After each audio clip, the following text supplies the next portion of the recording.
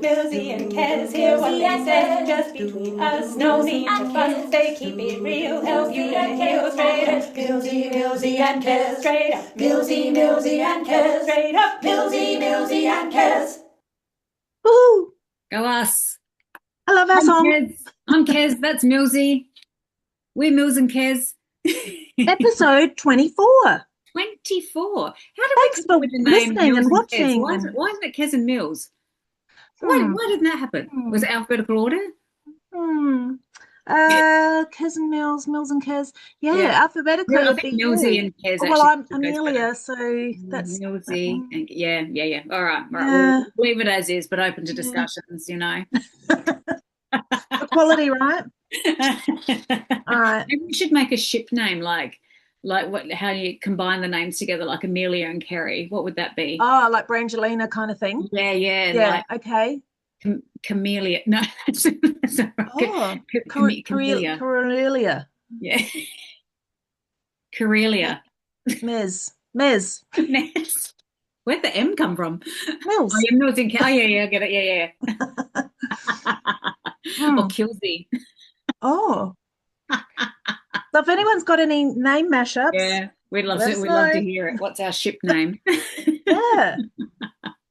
I think we need we'll come back to that. Yeah, we'll come back to that. Have you survived the holidays in one piece, Millsy? Other kids? I have. Kids are back at school. So my youngest just started high school. He's loving it.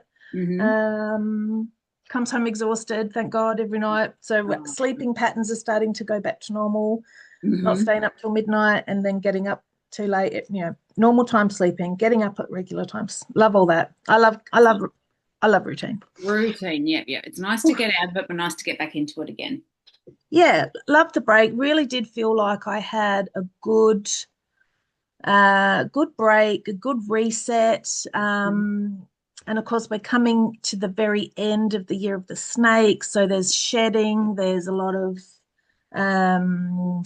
introspection perhaps going on as well, kind of on the down low. Let's look at the 2026 alignment guide and see what's happening, see what's the buzz for February for me personally. And I'll tell you what's on mine, because I've got my energetic alignment guide too. So for me in February, sacral ignition, can't wait for that. Tone, curiosity and responsiveness. Ideas spark, invitations appear. Well, that has already kind of happened, hasn't it? So for everyone, so when I did these alignment guides, the theme for everybody across the board in January was rest. Like everyone was just like, just restore yourself. And that was across the board for everyone. But yeah, for February, like what I've noticed is like just little ways that, because I was deciding, I think I'd overdone the personal development coaching stuff too much in 2025. And I was feeling really mentally, emotionally, energetically just burnt out because I'd just overdone it. Because I'd done basically a year of shadow work. So I'd done the free shadow work program with Andrew Pierce. And then I did his advanced prac course, which was another 3 months on top of that. So that got me through to like July, August. And then I actually did like 3 months of one-on-ones with Andrew as well, which put me through to like December. So I have done a lot of shadow work, digging deep within myself last year. So not only did I dig deep within myself, I also spent a shit ton of money on Andrew Pierce. God love him. He was worth every penny. But so I was spent literally, like emotionally and financially last year. So this year for the first 6 months, I was just going to be like, right, I just need to rest, because interestingly, reading Reality Transurfing by Vadim Zeland, which is my new Bible, thank you very much, when he's talking about goal setting, so he talks about heart and mind cohesion and how when your heart and your mind are together on the same page, that's when outer reality comes to the table and you start seeing synchronicities and opportunities, etc. But then when he's talking about setting goals and goal setting, one of the things that he mentions is, hang on, I just need to watch this dog because she is starting to get into my picture. Mabel, here you go. Luckily, I've pre-prepared a snuffle cone with little treats in it, so she had to snuffle her way through the cone to get the treats. Good So girl. what Vadim was saying is that if you like, your heart has always got a desire in it, always, right? So he says that the heart feels and knows, the mind speaks and thinks. So if you're looking at it, the heart is feminine, the mind is masculine, right? Okay. So the heart feels and thinks, and the mind is the doer. It does the tasks, but the heart knows what it wants. So it's kind of like when you're sitting at home and you're like, wouldn't it be nice if we had a nice little garden area in there? So the heart knows what it wants, and so the mind and the masculine rubs its hands together with glee and goes, excellent, I've got a job, down to Bunnings, gets all the stuff and does it, because men love purpose, right? So that's the masculine side of thing. So that's the way I kind of look at it. But when it comes to goal setting, like, your heart always has a desire. And if you don't, and if you think you don't have a desire, it is because you are probably, in not so many words, because you are energetically burnt out, and you should actually look at restoring yourself and your health a lot more. And then it will come back to you, the desire of your heart. So if you don't have a goal or a purpose at the moment, it could be because you're freaking burnt out. And I was like that pretty much the second half of last year. I was so burnt out, so disheartened by things, because being in your own business, and you'll know this, Millsy, for yourself, when you're in your own business and you have to self-promote constantly, and like, you will put your heart and soul into a post to get maybe 2 likes out of it from the same people that, like, I mean, appreciate those people by all means, but 2 likes by the same people who have bought all your stuff anyway. And it's like, oh, it just feels like you're over milking. Really hoped for a bit more traction on certain ones that just really hit it. Yes. And you know, I put so much guts into this post, and like, it hasn't landed, and la la la. And just burnt out by all of that. So burnt out by a lot of obligation within what I was already doing, plus burnout from self-promotion a lot of the time. So and I just thought, I don't even know what I want anymore. And when I got to that, it was like, right, I need to actually center in on myself now. So all of January, I was fairly cognizant to not start anything. But now, come February, I've put myself up, put my hand up for my Transurfing book club to do a presentation on the 2 chapters on heart and mind cohesion and goals and doors, it's called. Well done. Which is all about goal setting. So that's going to be next weekend. It is my birthday week as well, for those who do not know. Birthday week, yes. And Puppy said, let's have a celebration, because it was his 50th last year and we didn't celebrate it because he was unwell. I was going to do a surprise dinner, but I had to pull the pin on it a day or 2 before. That's right, I remember. So he said, let's have a birthday celebration. So we decided to have it next month, which is only like 5 weeks ago.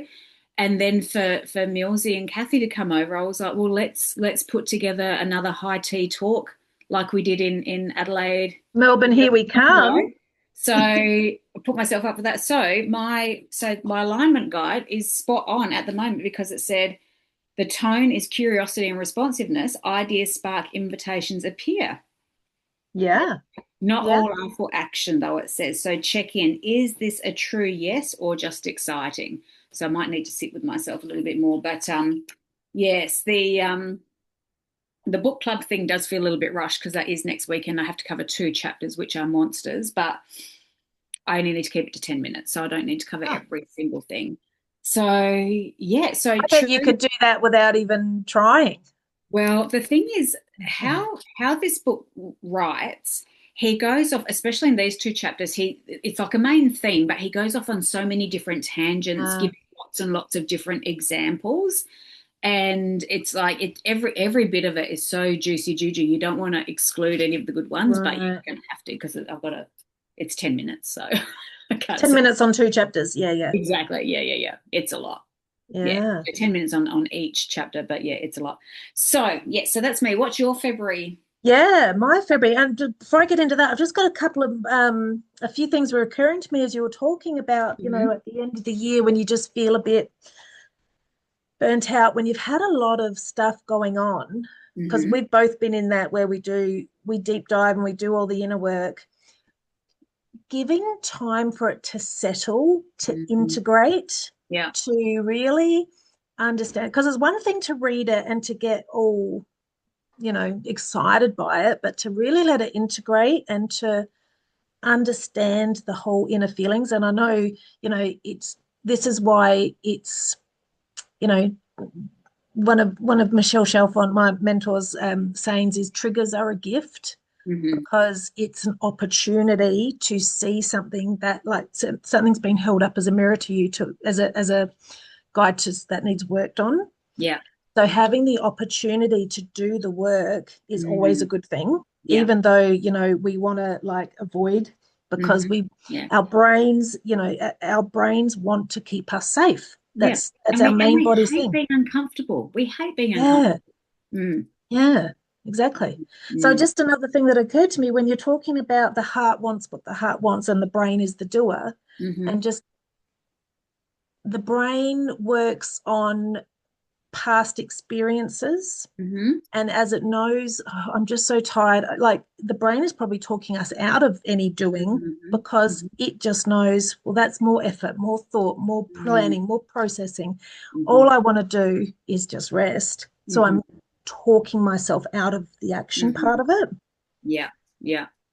Or even still, another layer to that is your brain is saying you need to push, you need to hustle, you need to promote this, you need to get this going, this is your business. But your heart is saying, but Kerry, you're so tired. Yeah. Like, Kerry, we've had enough. So your brain is pushing for more, but your heart is going, So energetic. So you're still putting out the post, but energetically you're going, stay away because I'm too burnt out. So probably that was what was happening towards the end of the year, is that I was still pushing in the masculine, but my feminine was going, no, we need tap out. We're done.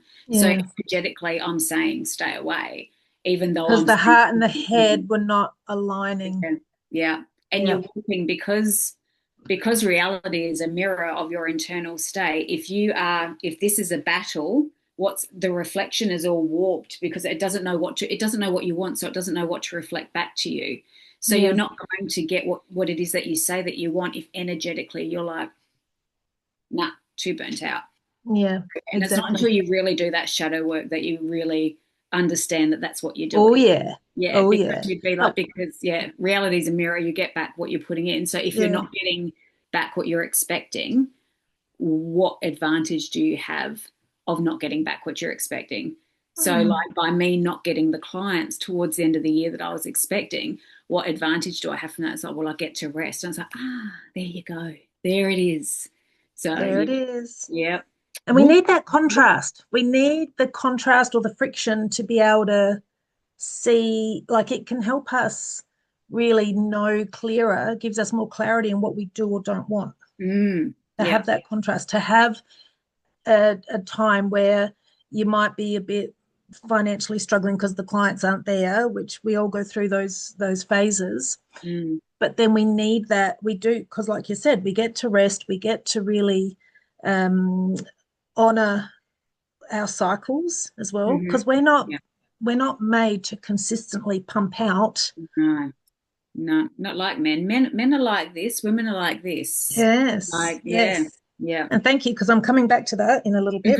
But absolutely. my February is returning to sacral truth. So my theme is resensitization, and about being lit up.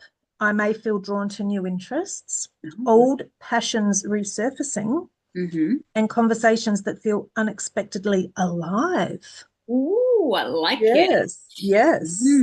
So, and it's no mistake, obviously, that halfway through February is when the fire horse is coming in. The Chinese zodiac, Chinese New Year is, I think it's 17th of February. So that's when this new energy.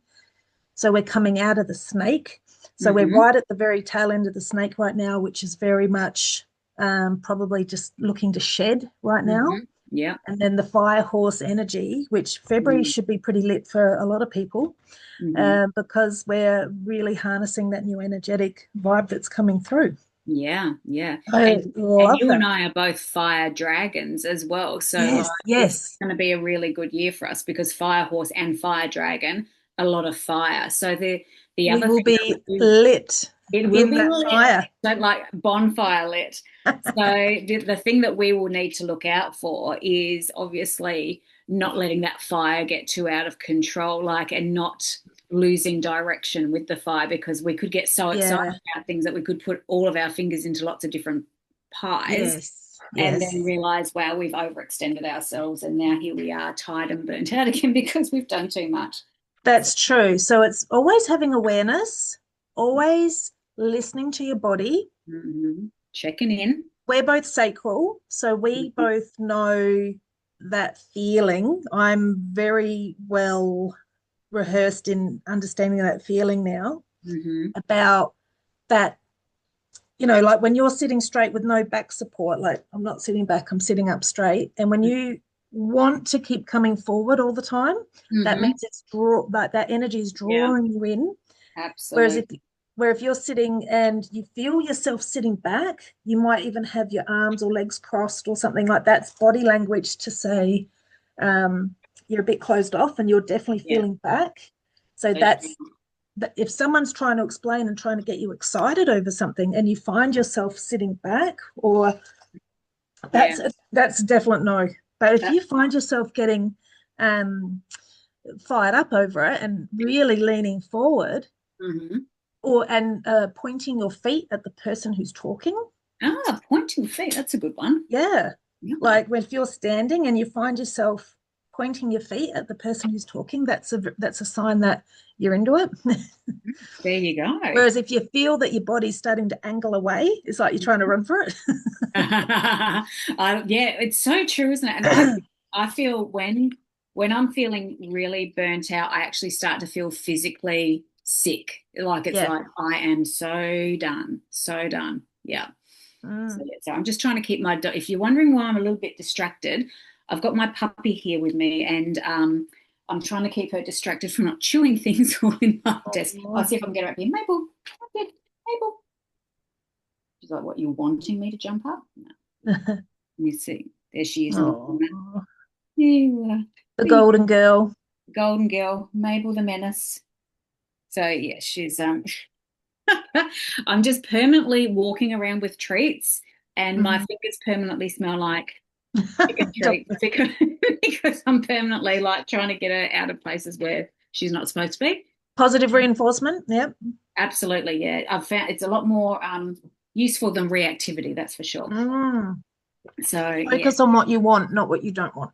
Exactly. And yeah, same with life, really, isn't it? It's like, yeah, Right. move them towards where you want them and not yell at them when they go to the places you don't want them to go. Yeah.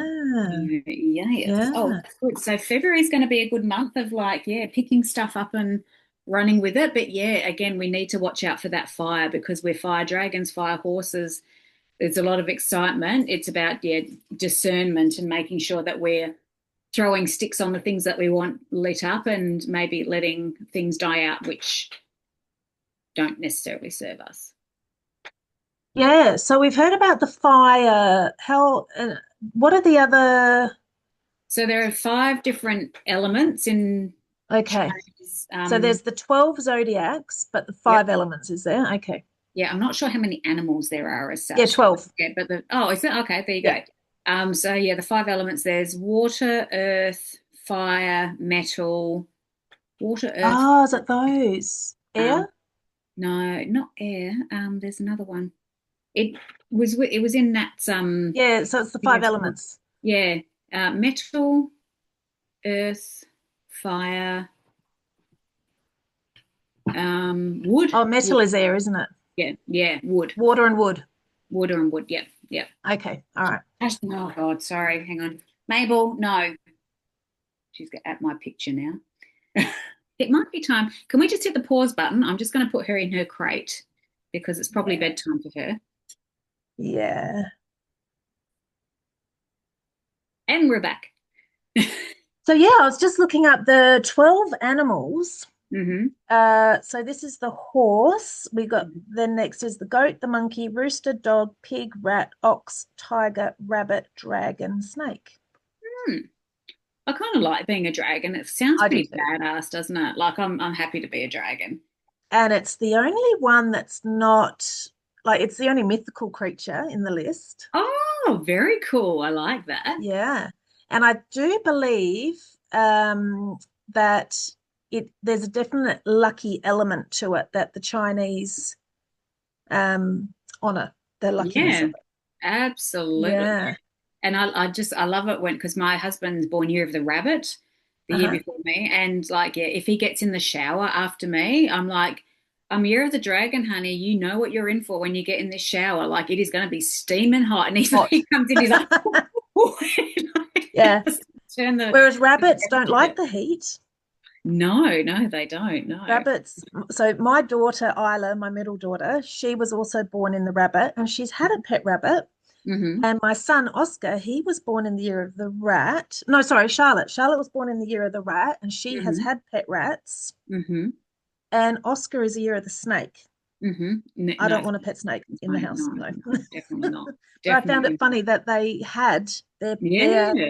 zodiac. I didn't realize that the rabbit and Mhm. the rat is their zodiac signs. There you go. I'd love a pet dragon, Yeah. but I've got a little carved dragon somewhere which I picked up for my zodiac sign.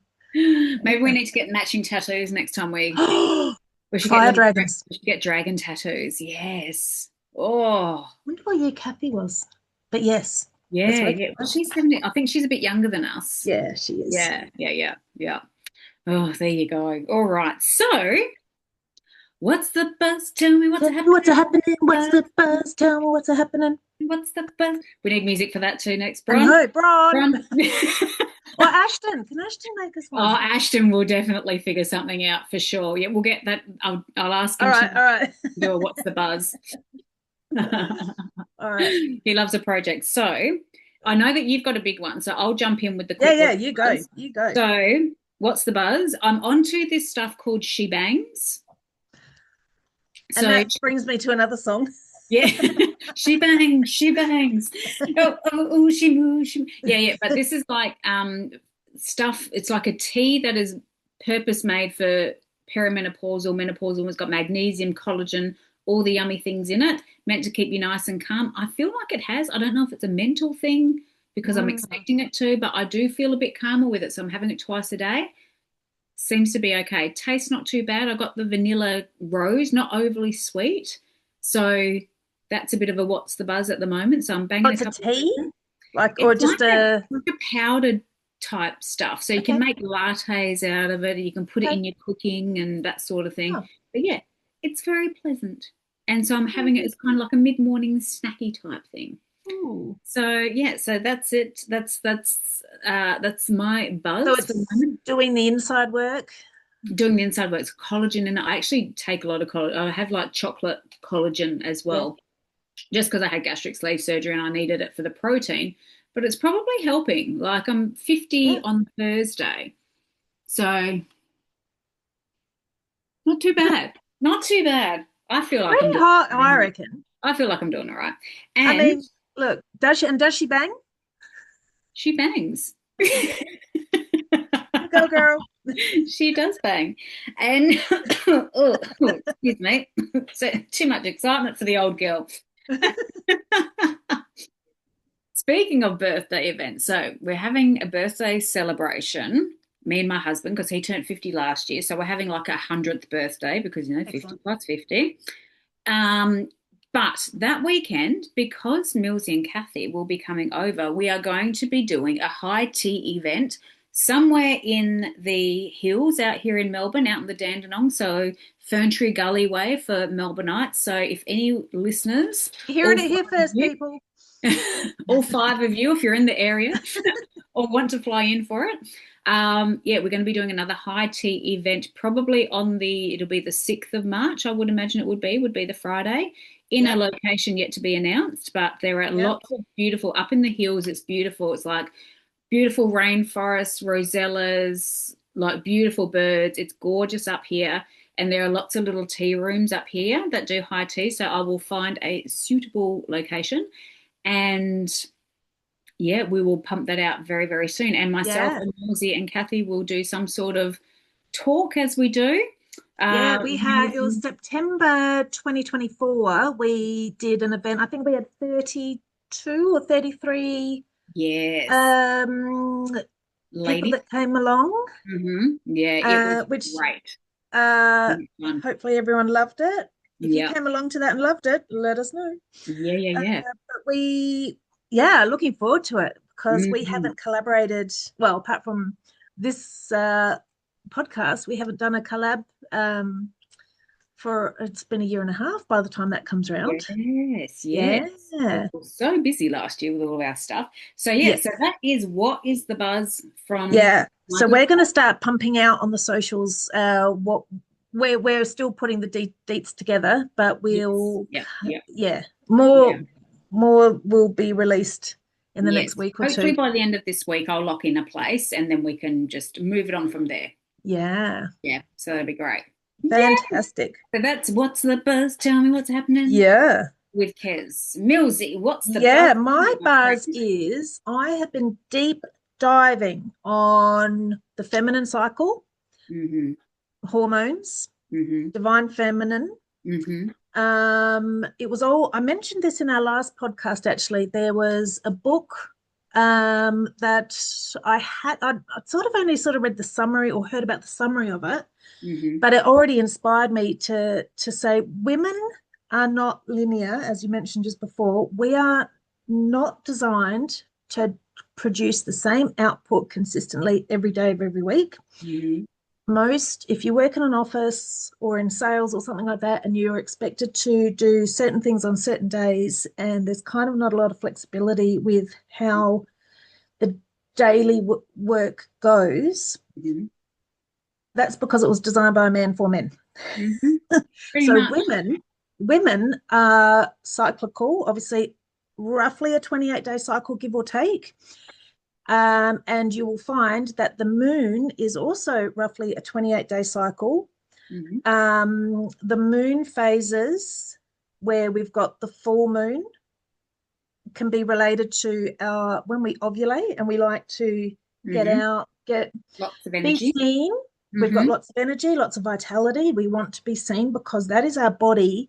Because when we ovulate, that's hormonally when it wants to mate for babies. So we want to be seen and heard and get out there. We're feeling like the queen on our throne. We're feeling pretty darn good, right? Ourselves. Yeah. Yeah, which is full moon energy, sparkly, bright, to be seen. New moon, which is the tiny little itty bitty bit, which is it can be dark, it can be a bit tumultuous energy.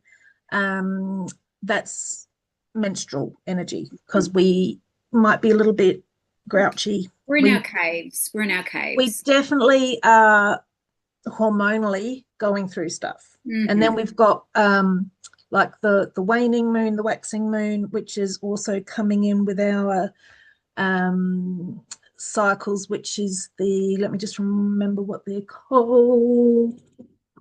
It is follicular and luteal. Sorry, I get them mixed up. Yep. Follicular and luteal, which is your waxing and your waning crescent. So all this deep diving that I've done, this book that inspired me, I've read the book in full. It is amazing. And there's lots of books and other podcasts. There's apps. There's all sorts. What is the name of said book, just if anyone's after It's called Do Less by Kate Northrup. Excellent. An American woman who basically, the way she does it is she runs her own business. She blocks out her calendar to do certain things on certain days. If I'm doing a talk or meet and greeting, I do it in my ovulation phase. Happy days. Yes. Whereas luteal, which is just before our period, that's for when you just don't want to be bothered by other people. You want to knuckle down. You want to finish things that you started. You want to look at details. So it's that's when she'll be like writing documents. So she said she sets her work month. She doesn't do a work week. She does a work month. And she plans her tasks according to the hormonal cycle. So I just thought, oh my God, because my whole life I've worked in real estate, and that is a male-driven I'll keep like there's sales, very male driven. off the pedal. Do your return calls on this day. You do your door knocking on this day. You do, you talk to people, so it's very much you do things on certain days. Mm-hmm. And it's like, oh my God, if I have to make another phone call, I'm just going to kill someone. So, when you just don't want to, you just don't feel it. You just would like to, all I want to do is write contracts today or something like that. So it's very much about using working with your energy for your own advantage. So that brings me to, I'm about to post day one. I was hoping to have gotten it up before we started today, but I'm still tweaking it. Mm-hmm. Every day this week, I've got the 4 phases. So Monday, Tuesday, Wednesday, Thursday, I'll put up the 4 phases. And then Friday will be my wrap up, how to move forward. And I've got a coaching special in there for you. Mm-hmm. So by the time this podcast goes live, my first post will definitely be up there. So all for free. It's just what I've been deep diving into. I love this shit. This is what lights me up. So women being the best they can be and supporting other women. And so I've just come up with, so it's called my feminine cycle phases. Mm-hmm. So I've just put up a couple of intro posts you might have seen in the last few days. Mm-hmm. And I'm just going to be pumping that through this week. Lovely. So by the time you've heard this, you should be able to, if you haven't already liked me and following me on the socials, this is how you get the juicy information. It's going to be on Insta and Facebook. Mm-hmm. That's where I'll be releasing it. And my Insta handle is Soul Awakenings, which I'll link it in the show. Now, can I ask a question? As a lady who is going through the change of perimenopause, menopause, how does that cycle relate to someone who is heading in a state where I don't know where I am on my cycle? So I completely missed my period last week and having sort of like a sketchy, scratchy one like now. So it's like, right, okay. So I'm sort of, my periods are very hit and miss. I don't know where erratic. Whatever I am. So how does that apply? Yeah. So do you track your cycle? Like, are you on an app or something to track? No, but I know that my period is usually due around the 1st of each month. Okay. Yeah. So what's today? The 2nd. So there we go. So I've been tracking on an app for about 10 years at least now. So I always know when to expect it. So I'm not sort of caught, red-handed. Mm-hmm. So I already know sort of what, and it tracks technically when ovulation is estimated to be. So, but back to your question of, if you track it, because obviously everyone's different. If you go with what your cycle was, so even though you're technically soon might not be bleeding, but if you just go with the rhythmic cycle of what you were on until you know for sure that you're not bleeding anymore and you're officially in menopause, because menopause only starts when you have not bled for 12 months. No. So you can go for 6 months and then get it again, and we have to start over. I get so excited when I don't. I'm like, I'm on the home stretch, but no. I know. Yeah. And my GP told me this can go on for 10 years. So when I went and saw my GP a year or two ago, because I was a little bit cray-cray, she said, get used to it, like almost a bit. Anyway, once you are convinced that you no longer have a bleeding cycle, so for now I would stick to what your cycle was in terms of the month. So if you put the first 5 days of the month down as your menstrual phase, and work it from there, that's probably what I would do for now. When you know that you're no longer bleeding and that you are officially in menopause, I would go by the cycles of the moon. And that's what I talk about in my posts. For women that are definitely in menopause, you use the moon cycle. Okay. So when it is full moon, that's the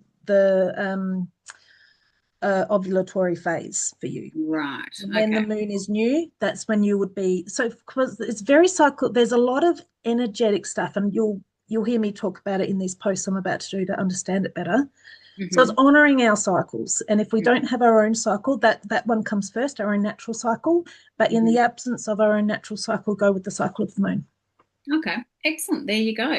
And There you go. it's so interesting that people would think that, like, what has the moon got to do with anything? Well, the moon moves the tide, and we are 70% water. So how can Correct. we think that it has nothing to do with us and how it moves Exactly. us and our energy? So People believe in Wi-Fi waves when you can't see it, yeah, but the exactly. power of the moon is massive, massive. Like you said, it can make the tides move. So there's no way it doesn't affect us. We all know this. That's Yeah. where the word lunatic came from. I Full was just moon, about to say, lunar. yeah, Yeah, being a night duty nurse, if yeah, you like, if things are starting to go a bit off and people are doing crazy things, it's the first thing I do is check outside. Is it a full moon tonight? Because yeah, that's when people have more energy, especially overnight, because yeah, yeah, the moon is out, energy is high. So yeah. yeah, lunatic.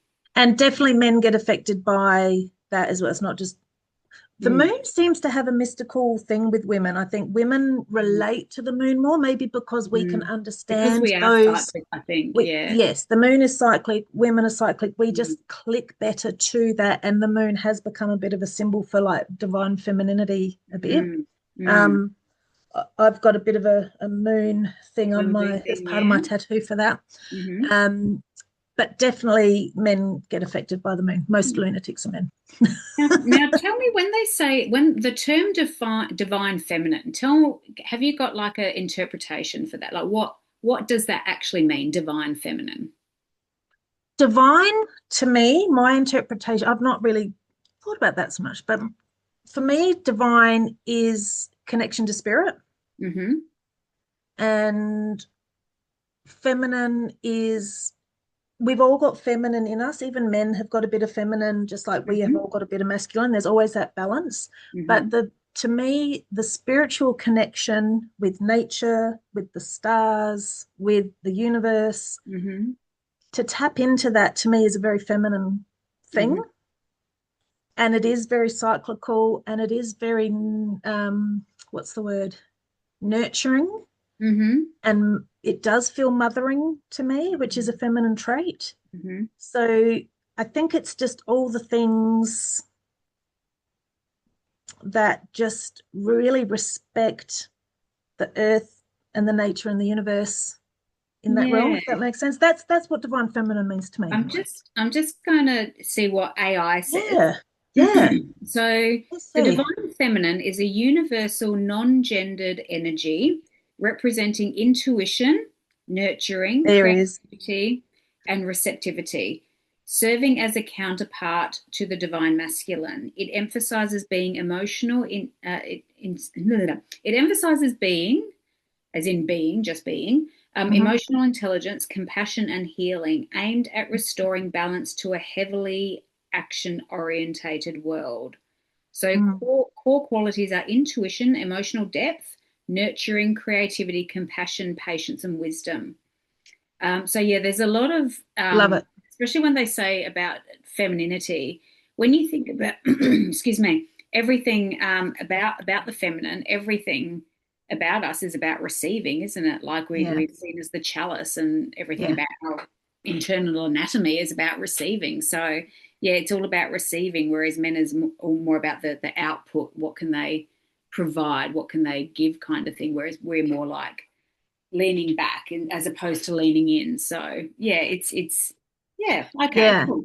Excellent. I yeah. just wondered what, If I'd yeah. had more thought on that, yes, I absolutely would have said all of those things. I did But sort yeah, of put you on the spot you because did a I little just bit, I but thought, that's well, fine. So it's a it good kind of question. brings it, yeah, the very nurturing intuition was the one that I Mm, wasn't coming to me. But yeah, yeah. absolutely. Yeah, that sort of knowing without evidence, I think, and that's Yeah, very hard to trust because we are so, well, how do you know? But how do you know? Like, where's your evidence, sort of thing? That's like, well, the feminine knowing isn't about it, evidence. mm, It's about, like, yeah, it's just about knowing what you know without knowing how you know it. yeah, I like that. exactly. And I'm getting so much better at trusting that now, because that's obviously a big Mm, part of my chart that you did for yeah. me. Yes. Yeah. But Yeah. so Yeah. for so long, I do love science, and I do love be able to back up what I'm hearing. And I Hmm. love deep diving on stuff. So having the evidence, having um, the background there to explain what I'm doing. But I've had intuitive hits my entire life, but because I had no way to prove it, like, how do I know? How do I know? I've kind of dismissed it, but I've Yeah. really leaned in the last probably 2 years to really trusting it. And I've been writing, well, for a while, I've sort of stopped doing it. For a while, I was actually writing down every time I had a hit to that was my evidence that I can trust it. Yeah. Yeah. Yeah. Interesting. So that's And going back to what reality transurfing, what Vadim Zeland says is that the heart has that connection to that source energy, and that's when you get those real hits of inner knowing, and then it's the mind's job to interpret those inner knowing hits. So that's how it's all sort of connected, is that like the heart is connected to source energy. It's when you get those intuitive hits of knowing, and then it's the mind's job to kind of like say, oh, okay, and interpret what the heart already knows, because the heart doesn't actually have any language. It just knows what it knows. So it's getting back in touch with they call it below the chin. Get back in touch with our body. Our heart, our mind interprets based on previous patterns. So the more evidence we can give our brain that our body knows what it's doing, the more it's going to trust it and go with it. Whereas if it can talk us out of anything, and that's usually fear-based stuff.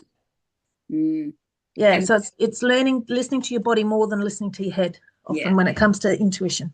And the mind can only, this is the other thing Vadim says, he says that the mind can only create a new house out of old bricks. So it can interpret things, but it needs to be based in something that it already knows. If it's completely something left field, it can't fathom it, but it can, based on previous experience, interpret what it is lying now. So it can create. It can create a new house out of old bricks. So it needs to be based on something that it already knows, but you can create new things built on that. So great saying. Interesting. And it's very hard to know the difference between. I've done a masterclass on. I actually need to revisit my own stuff between intuition and fear, because you think, is this my intuition telling me to stop, or is it me just being scared to try something new? Like sometimes you get that real inner battle between, is this my intuition or is this my human trying to keep me safe? Should I push it? And then you push it and then it stuffs up and it's like, well, maybe it was the universe telling me no all along. So it's very easy to talk yourself in and out of things, thinking, it's your intuition, but it could be fear, and vice versa. But I did actually write down a very good quote that I saw or I heard on a TikToky thing, and it was like, faith and fear both demand you believe in something you can't see. Ooh, I like that. So, if you are someone who is a little bit fearful, which you would be, Mimsy, because you've got every single gate in your spleen defined. And spleen is very fear-based, survival-based. It wants you to lots of intuition, lots of fear. Exactly. So it's it's going to be very important for you to definitely know the difference between the two. What's intuition, what's fear. But you need to choose. Are you going to go with the intuition, or are you going to play into the fear? You get to choose. So it's a bit of a dichotomy, especially as you get older. You've got a lot of conditioning around being fearful, and a lot of socialization, a lot of people telling us, don't do that, you'll get into trouble, you'll be judged, you'll be that. And it's about peeling back those layers of plaque that we've been that have just grown on. And a lot of the healing I've had done, and something I love to do for others as well, is a lot of the fears that I've had, they weren't even mine, but I've taken it on. It was like ancestral fear almost as well. And I've had some amazing sessions where I was able to understand that fear came from outside of me. It wasn't my internal fear. It was an external fear that I had taken on as my own, and I was able to shed that. And that was a really pivotal moment for me a year and a half ago or so, that I had that session done. And it just reminded me that, not everything we hold is ours to keep.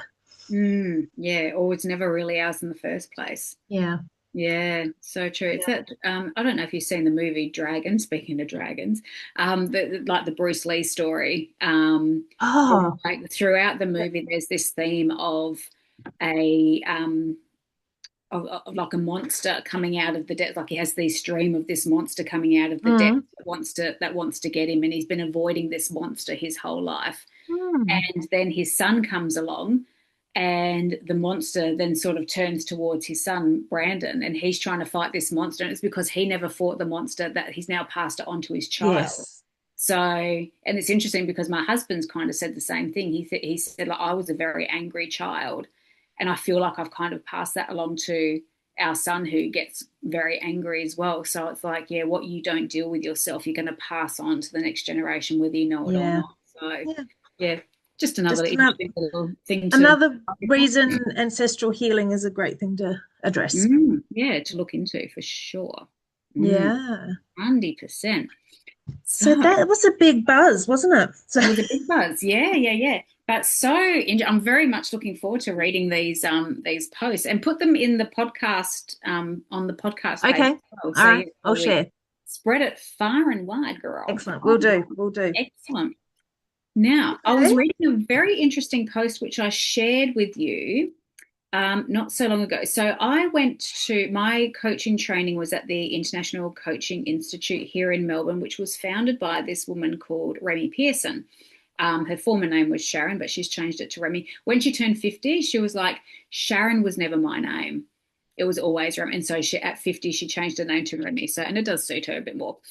But she wrote this fantastic post. She is just someone whose brain I would love to marry.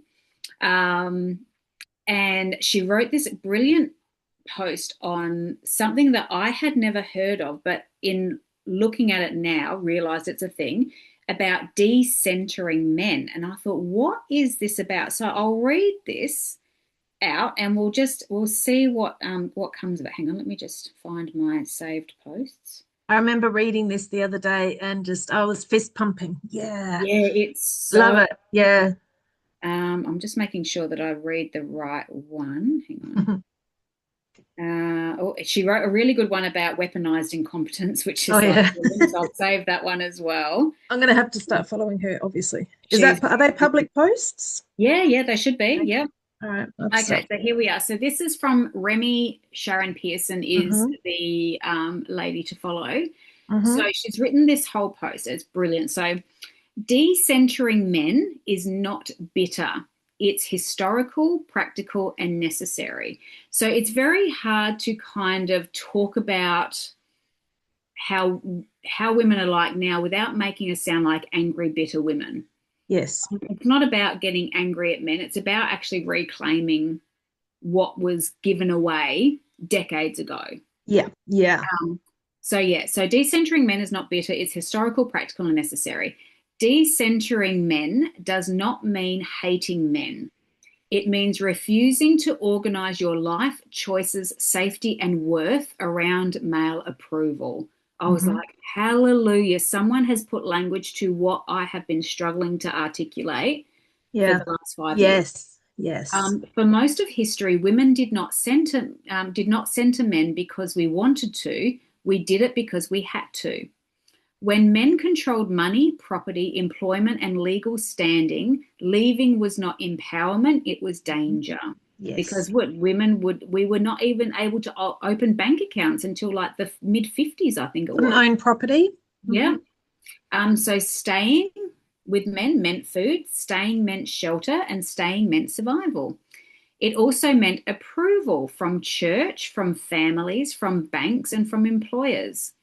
So women learn to anticipate moods, manage egos, soften truth, and swallow needs. We learnt to be agreeable rather than sovereign because sovereignty was not an option. Fast forward to now and something has shifted. Women can earn, women can leave, and women can live without permission.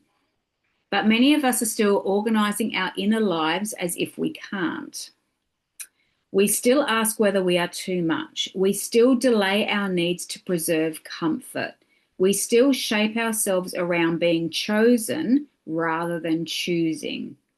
Oh my God, this is so juicy. And Yeah. some women still criticize the women who are pointing this out. Yes. It cost us, decentering men matters because centering them cost us ourselves. It cost us our intuition. It cost us our bodies. It cost us years of emotional labor that was never reciprocated. There it is. Mm. It cost us relationships with ourselves and with other women. When you decenter men, you stop asking whether your needs are reasonable and start asking whether your life is aligned. You stop managing reactions and start telling the truth. Imagine just saying it how it is without thinking about what his Without reaction would be. protecting anyone's egos. Exactly. Yeah. You would actually say it how it is without having to think, how is he going to take, he's going to take this wrong. He's going to take it personally. You stop shrinking your desires to be digestible. This is not rebellion, it's repair. It's self-sovereignty, and anything less than this is self-abandoning. Mm. Here are 10 ways, and I love what she says. So she's pointed out the problem, but she's also said what you can actually do about it. So this is what I love about Remy, is that she won't just point out a problem and drop you in it. She'll actually say, this is what you can actually do about it if you've got the guts to. Yeah. So, number 1, stop using male approval as your barometer for whether your boundaries are valid. Ooh. Number 2, make decisions based on your values, not how palatable they will be to a partner. Number 3, notice where you've over-explained and practice saying less. Let the silence of their lack of curiosity tell you the truth. Because remember, we talk a lot on this show about questioning with curiosity. Mm-hmm. And if men are not questioning us, they're not curious about what's going on with us. Mm-hmm. So certain no care factor there. Yes, absolutely. It says a lot about where if they're not, their priorities. Yeah, for sure. Number 4, build financial autonomy even if you are partnered. If he ever has to approve a purchase, but it doesn't work the same way in reverse, that's a parent-child relationship, not a partnership. 5, prioritize your friendships with women and treat them as central, not secondary. 6, stop performing emotional regulation for men who refuse to learn it for themselves. Emotional labor is required in a 2026 relationship. It's not an optional extra. 7, I love it. Let men experience the natural consequences of their disengagement. So I love that. Like, there are so many women out there who try to make up to their children the lack of interest men have in their own children. So it's like, let men experience the natural consequences of their disengagement. So I'm not sure if that's exactly where she was going with that, but I can definitely see where women try and make up for, oh, dad's tired. Don't disturb dad. He just came home from work. Like, no one gives a shit when we've just come home from work. It's still, Mum, where's my chips, Mum? So, interesting. So 8, choose rest and pleasure without earning them through productivity or caretaking. So have your girls' weekend away, not because you deserve it, but because you deserve it, because you just deserve it, not because you work so hard for it. I always find myself saying, oh, you've earned this. It's like, there is no earning. We're worthy of it, whether we do it or not. I still You're born worthy. So number 9, date or partner from desire, not from fear of being alone. Number 10, ask yourself regularly whose life you are organizing and why. Decentering men is not about rejection. It's about relocation. You are moving yourself back to the center of your own life where you always belonged, And when women do that, relationships either deepen or fall away because both outcomes are honest. That's the point. So this is the thing, and this is what I love about it. Once you start, and of course there's men in there that have I will offer the what are the men's comments? Let the men try and tell us how we feel about this. I would offer the Please suggestion. mansplain this back to me, Yes, please. please, So Ben. let's make this our scenario for the week, because we can go deep into this. Oh, we could definitely go deep into this. So Ben says, I would offer the suggestion to reframe this around centering yourself rather than decentering men. For what it's worth, I'm all for the project, well, most of it, as you describe it, by describing the undertaking as decentering men seems to have already lost the battle in that you're defining your goals in relation to a man from the very outset. Maybe what's necessary at first, maybe that's necessary at first. Still, to me, it seems icky and he might not be worth it. And so, of course, Remy had something to say about that. So Remy said, I get what you're saying, and I agree with the end point. Centering ourselves is the destination, but decentering men is the process, not the identity.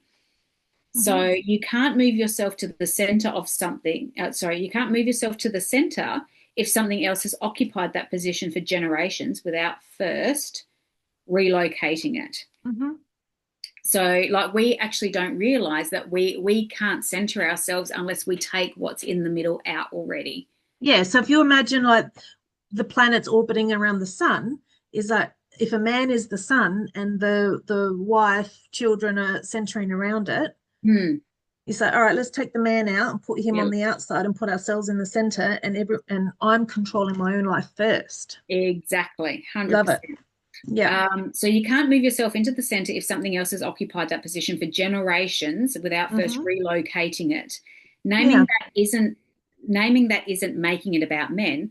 To me, it's being honest about what has historically shaped women's lives, choices, safety. Where are we? Sorry, I had to hit the button, and where did it go? It's reclaim on decentering men is about resentment or fixation. It's about undoing a default setting that was never consciously chosen. Right. Love that. Like we never chose. Like, I think maybe from a spiritual point of view, we chose being born in this time and place to maybe have that as a challenge for us to move through. Yeah. Like, so maybe spiritually we did choose being put in this time and place because we knew that was a layer of conditioning that we were probably going to have.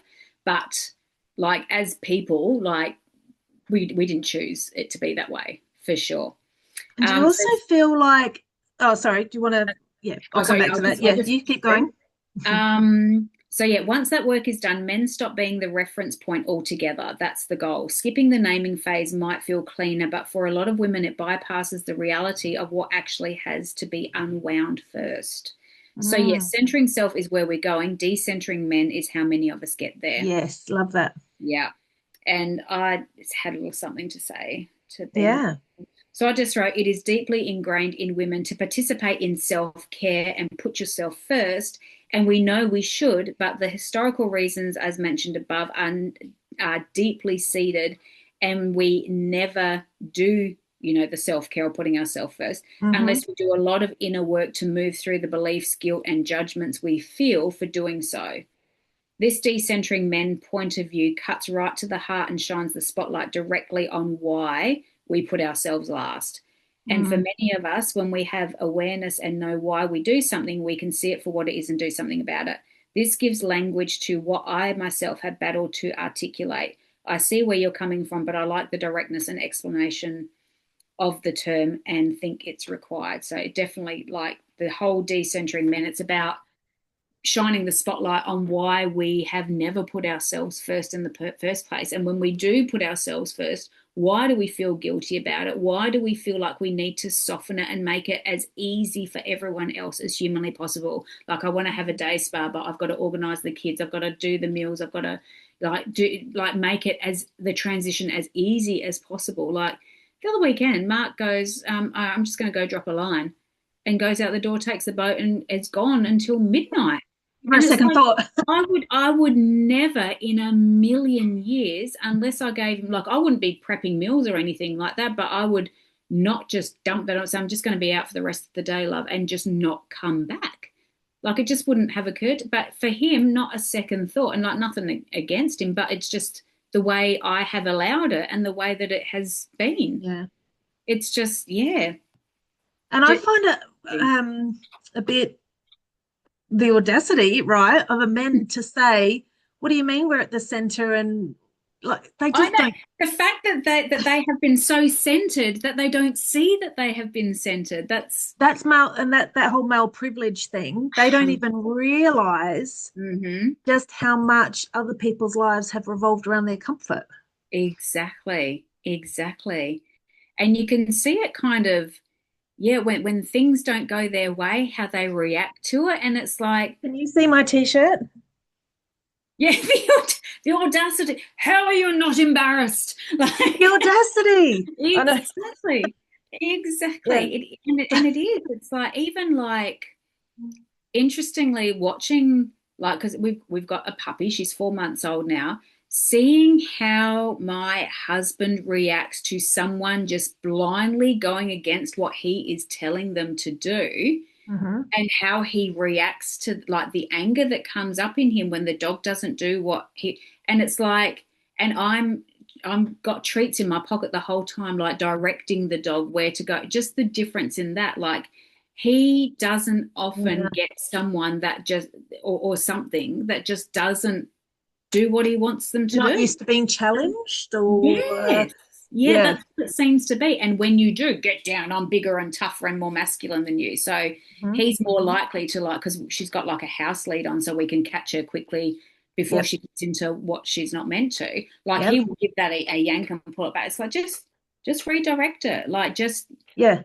free food around. Oh, I shouldn't have to do that. It's like she's a 4 month old puppy. Like you need to, but yeah, just that whole I'm man and you follow kind of thing. It's just it's been a bit eye opening. It's like this isn't, and Yeah. my husband's a bad person or anything, but it's just it's as you say, white male Mindset. privilege, white male privilege.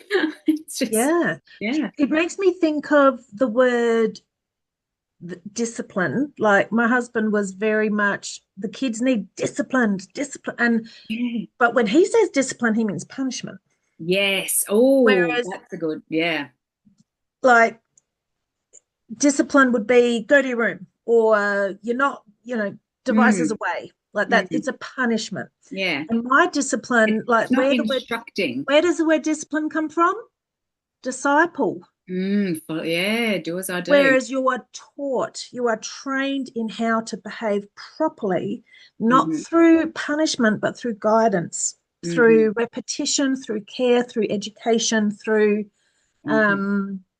what are more words like that? Like just Yeah, yeah, that. yeah, yeah. So discipline is very much like being educated into making better decisions rather Mhm. than a fear-based approach of, well, I don't want to do it because I'll get things taken away. I want to do it because it's the right thing to do. Yeah, yeah, Very much exactly. a different take on that.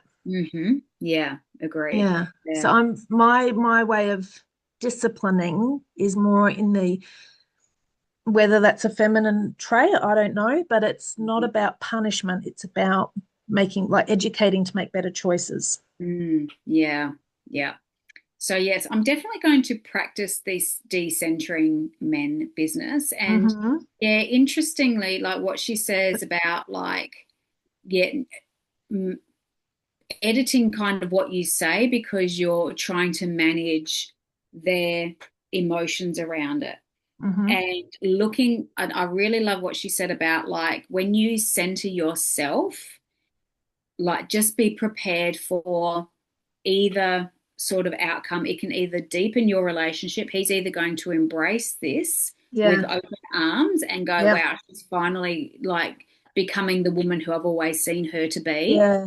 or it's going to be like, what the fuck? And it might just like break things apart. If But you're not here either to way's the serve me, truth. maybe I don't need you anymore. Yeah, like either Yeah. way's the truth. It's like, Yeah. yeah, yeah, and being Yeah, I prepared like that. for either thing that happens. So So you're up for it, are you? I reckon I'm up for it. Has Although, Mark read the post? yeah.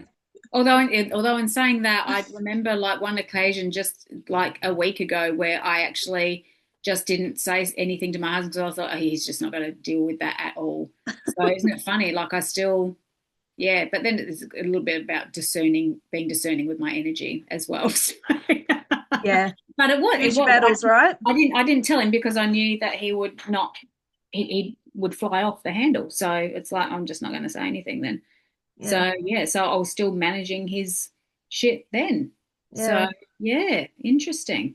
So lots of things come to mind with that, where that whole thing about ask forgiveness, not permission. Like we shouldn't have to ask permission to do things in our own lives. Mm. And not that I want to apologize for it, but it's like I definitely don't need permission to spend our money or to do an activity that I feel I need to do for my own self-care. Yeah. But I'm Yeah. not about to apologize for it either. So Yeah. but it's just the mindset of you deserve it and you're worth it from the start. Yeah. Yeah, Yeah. exactly. Yeah. It's interesting when you listen to people like I was going to say Gordon Ramsay, but it's not Gordon Ramsay. It's a coach who does financial coaching, and Dave Ramsey. Dave Ramsay, Yeah, yeah, yeah, yeah. Yeah, yeah, yeah. and just how he, like, when women Everything's combined. Yeah. yeah, and like women are struggling to oh, I want this, but he says no, and it's like my wife hasn't worked like, in the workplace, like, because her work is here, but everything, it's not a me, it's a we. Like everything is like they have earned the money together, and she's done her part, he's done his part. Like it's yeah, Because we've it's talked about this with that book, The Wife Drought, remember how very men who have prospered and done very well for themselves have generally, if they also have a family, mm, if they are part of a family and they've got 3, 4 kids or whatever, if they've and they're also at the top of their game and they're earning a large income and they're usually entrepreneurs or authors mm, or whatever they are, CEOs, mm. they've got that way because they have a wife who has taken on the bulk of the child rearing, the house, Yeah, yeah. the life admin, Mm-hmm. which that is, if you were to employ the cook, the cleaner, the nanny, the chauffeur, the this, the that, the other, as well Exactly. as all the emotional support. And had to organize all of that as well. Had to Yeah. organize a cook, organize a cleaner. Like, yeah, What's that worth? exactly. If a man's earning $1 million a year and he has all of that taken care of and kids that are in a beautiful home, who's he Mhm. got to thank for that? The Exactly. wife. Exactly. And Yeah. she's done all that We and make she's men look good. absolutely worth half his income. Exactly. Like I've always said to my, like, I will be the one that buys all the gifts and things that go. I said, I make you look freaking good.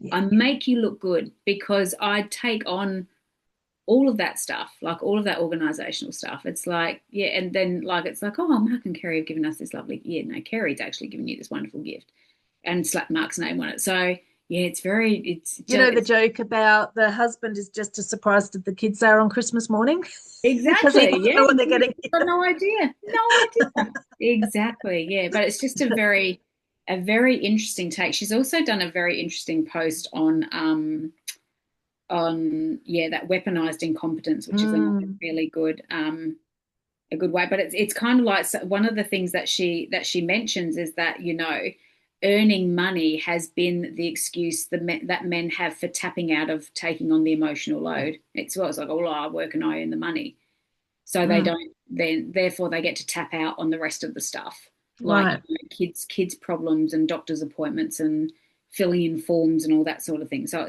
it's very Yeah. interesting. So yeah, so But I, now that women are earning money of their own, they don't need that provided for them in the same way. Like men as the providers, they're providing the income while the women are doing everything else. Now that mm, women are also providing their own income to a point, or quite a lot for some, mm, they don't need that provided for them. So men have to mm, bring something else to the table. And yeah. if it's emotional competence, Hmm. that's quite often what it needs to be. Yeah, exactly. It's like, and even things like she was talking about in this particular post, she's talking about, yeah, the weaponized incompetence. Mm, And she's saying again what you can do about it, because she doesn't just call it out. She says this is what you can do about it. mm, Number one, stop rescuing, let consequences land. You stop right. reminding him about his mum's birthday. He forgets. You don't step in and fix it or apologize on his behalf. The discomfort is his, not yours. How often have you said, oh, Ash, it's Dad's birthday tomorrow. Like, don't forget to ring him. Like, Yeah. I do that all the time. Don't forget it's Sid's birthday today. Like, don't I make sure. But yeah, it's like I shouldn't be needing to do I any. do feel like if you've done something a certain way for 10 years, like if you're being the one that have taken care of the phone calls and the present buying and that for 10 years, Mm, there does need to be a bit of a handover period. You can't just like say, all right, that's it, I'm just not mm. doing it anymore. When it's Yeah. kind of been built into that is how we operate as a family now. You just do Mhm. that stuff. Yeah. So there needs to be a bit of a perhaps a warning. Yeah. I'm There not going to needs be to be doing that some, anymore. there needs to Yeah, be so I think some that's not quite fairness. fair just to remove everything that you're doing and expect them to not flounder. Hmm. But there definitely needs to be, they need to hear you if you say, I'm not doing this anymore, Mm. Yeah. and take steps appropriately. Anyone, it takes 2 seconds to set yourself a phone reminder or Yeah. to write it on the calendar. Hmm. Yeah. Yeah. So I And it's think not once about once the appropriate notice has been given that you're not going to do that task anymore, they need yes. to hear you. Yes. And then the consequence of that again needs to be Yes. their own if they don't do it. Yeah. So, yeah, another thing she says here is refuse to manage tasks you didn't agree to own. He says, just tell me what to do. You reply, no, if you own it, you figure it out. I'm not the project manager of your adulthood. Yeah. It's like, yeah, it's very, it's another great post. So I'll send both links to you, Millsy, so Yeah. you can put them in the things in the show notes. So Yeah. yeah, So if it's this has hit a chord with any of our listeners, let us know what your mm, thoughts are or any examples if this has happened to you and what you've done, or yeah, if there's maybe a scenario around this you want us to talk through in another episode where we're good for yeah. that. Because it Yeah. really is that I think it really is like these two issues, like the Yeah. weaponized incompetence and Mhm. men when they say just give me a list, it's like you should know what to freaking do. Like that's just one Do you more have thing. eyes? That's Look one more around thing you. that we need to do, and Mm. then one more thing we need to manage and chase up and make sure that you're doing. Like, Yeah. yeah, Can you it's see there's a rack of washing right there next to the yeah. TV? If you're watching TV, you can be folding washing at the same time, you know? Like, do you have eyes? Do you have hands? Exactly. And What, the do I other really thing need to point that out? And the other thing as well, like when you were saying there needs to be some fairness in the handover of these Mm, tasks. mhm. The other thing that I was going to say as well, and I know the reason why I say it is because I know I'm very guilty of it, is that Okay. when they do go to do the thing, you need to make sure that you don't nitpick. Like if No, he don't does micromanage it.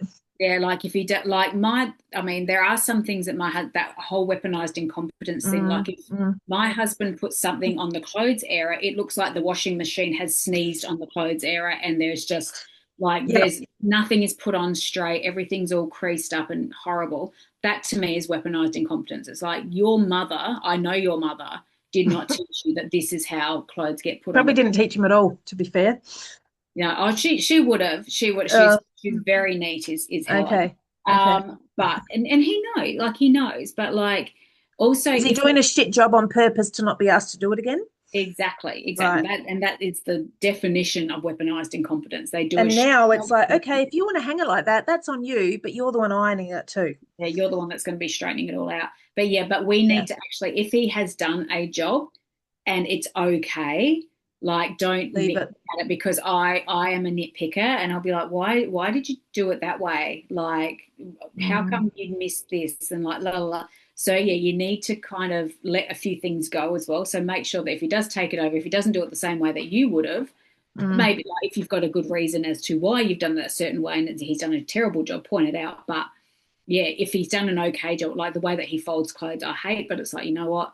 It'll That's do for him. why I'm all for Ash washes his clothes, I wash mine. He hangs his the way he wants to hang them. I hang mine the way I want to hang them. We, Wow, that's great. yeah. Yep. But I make sure all my stuff's the right way. I don't, when men's like explorer socks, when they Yep. come off, they're all bunched up into a bunchy bunch. Yep. You just wash them like that. Whereas I like to pull everything out. I check the pockets. Yeah. I do the Velcro thing. I make sure everything's. I only put in 2 socks. I never just put in. I count my socks as I put them in. Oh wow, no, I don't I'm do quite that. particular about my washing because I don't like ironing, so I want to hang them up a certain way to reduce the ironing. True. Yeah. My Yeah, washing machine is like the Thunderdome with socks. It's like two go in, one come out. It's yeah. It's like, I don't know. I've actually thrown socks out because I can't find their pairs, and I've just been so sick of looking at these odd socks lying around Well, the place. They're just gone. I've got a home for lost socks. I'm like, every time there's a single sock, they go in this bucket, and whenever you need to find the pair, it'll always be in that bucket. Well, I have tried that, but I've ended up with like just a basket load full of odd socks. So, And that's when I use them for dusting. yeah, good move. Good move. Rags. Yeah. They become rags. Yeah. But yeah, interesting topic. So Interesting. let us know. We're going to share these posts Yes. in the show notes. Have a read through them and let us know if it gets your hackles up, because it gets my hackles up. Yes. And I am very discerning about when I get my hackles up. So I'm very discerning about what pendulums I choose to swing from, and I choose very carefully the hill that I'm going to die on. And these are two hills that I am very willing to, like, and I can definitely feel a shift. I think there's a shift all around the world at the moment for matriarchy, patriarchy sort of stuff about women definitely centering themselves a lot more. I do feel a rising, and part of it, I feel that's certain people, probably myself and you included, are right here in this time to encourage that action as well. Yeah. Because sorry, bringing it back to the feminine. Yes, 100%. Or just being a bit more equal. We don't need to be like this anymore. I'm not saying we need to be like this, but I think there's definitely middle ground. I think just not having to soften and pad shit, I think, is so important. And it really does start at home. Like, I've got one daughter, you've got two daughters. It's about teaching them, don't set this ridiculous, but like, I remember had this wonderful friend, Adele, God rest her soul now, she died far too young, but she got married, and she was getting married, and she was talking about ironing her fiance's shirts. I said, do not start that shit now, because once you've started it, that will forevermore be your job. I said, I'm telling you now, don't do it, because because I know myself, when I got together with my partner, I did things to be like, oh, look at what a good partner I am. Look, I cook, I clean, I do dishes. Like, look at me go, I'm a great partner. I'm a 1950s housewife in the 2000s. And I work and I'm independent. And he's like, yeah, that independence is what sort of drew me to you. And it's like, was it my independence, or was it your needing to not kind of get as involved with, was that the appeal? Like, you kind of wonder now, because we were 25, 26 when we got together. So it's like, what it was it that, or was it the fact that you could tap out? Like, it's just interesting, isn't it? Like, but like, to us teaching that to our kids, like, and being the example now to stand up for yourself, and to it's great that our kids see us working. And just saying, having girls' nights. Absolutely. And even like Lila's 18 now, she's dating and stuff, and just telling, she's going, am I too much? Was I expecting too much? And hell no, absolutely not. Like, you are entitled to have needs, and those needs are entitled to get met. And if he's not going to meet them, there is someone out there who will. You're not being unreasonable. Like, if you want more connection, or if you want more space, as it turns out. Like, it's funny watching her, like, going into different relationships, and like one she wanted more connection, next one she's like, oh, he's too much, I need some space. So it's like, it's interesting, her finding her, and that's the contrast, so she can know what to look for, or what exactly. She's had both now, and that's a great experience. It's like, when what's too much, what's not enough, what's the happy medium, and having it all be okay. So do you find dog training's a bit like that? Like, you can't let them up on the bed when they're puppies and then expect them to stay off the bed when they're grown dogs. You got to start the way you mean to go on. And that's a bit with relationships too. Absolutely. You don't want to be ironing their shirts for the rest of your life. Don't do it at the start. It would be, and you can see why women like give up on marriages at this age, so then they can start new relationships if they choose to. Like, I think if I was to get divorced, or Lord forbid my partner should pass, I don't think I would. I think I'd be perfectly happy being by myself for the rest of my days, to be honest. But the women's commune. Yeah, 100%. Yeah, But yeah, if I was to start a relationship again, like it would be a whole different kettle yeah, of fish. Like, yeah, because I know I would be okay by myself. yeah, Like, and I think that that's the difference. You go into in your 20s, you think, oh, I need to find someone, and it's like you actually don't. You know, you're good. if you can provide your own income and Mhm. you're emotionally um, savvy, I think you can, that'll take you far. Yeah, yeah. And Yeah, you can be connected with your girlfriends, you can be connected with your pets, you can, and like as long as you've got a connection to something, it yeah, doesn't necessarily have to be a partner or kids. It can be yeah. girlfriends, it can be It can be God. It can be whatever you want it to be. Because exactly. humans crave connection as long as they find that somewhere. Mm-hmm. Yeah. 100%. Yeah. Yeah. Mm. It's crazy. Shall Yeah. we wrap it up there then? Probably do need to wrap it up because the day is Yeah. We've marching been on. going a And while. I know we've got some Thanks stuff. for hanging in if you've made it all the way. Yeah. But yeah, let us know if that struck a chord with anyone. And yeah, we'd love Yeah, to hear about it. And yeah, if you want to hear more about that sort of thing, hit us up. absolutely. So hit us with a scenario if you've got any of this sort of stuff coming up that we can Mm-hmm. talk you through. You absolutely be anonymous. Mm-hmm. And yeah, I'll drop some links in to help guide you for some inspo. Excellent So day. looking out for our event coming up next month, Mm-hmm. which Probably we'll put all over the the 6th, place. 6th of March in Yeah, Melbourne. we'll start advertising that once we've worked out what we're doing. Yep.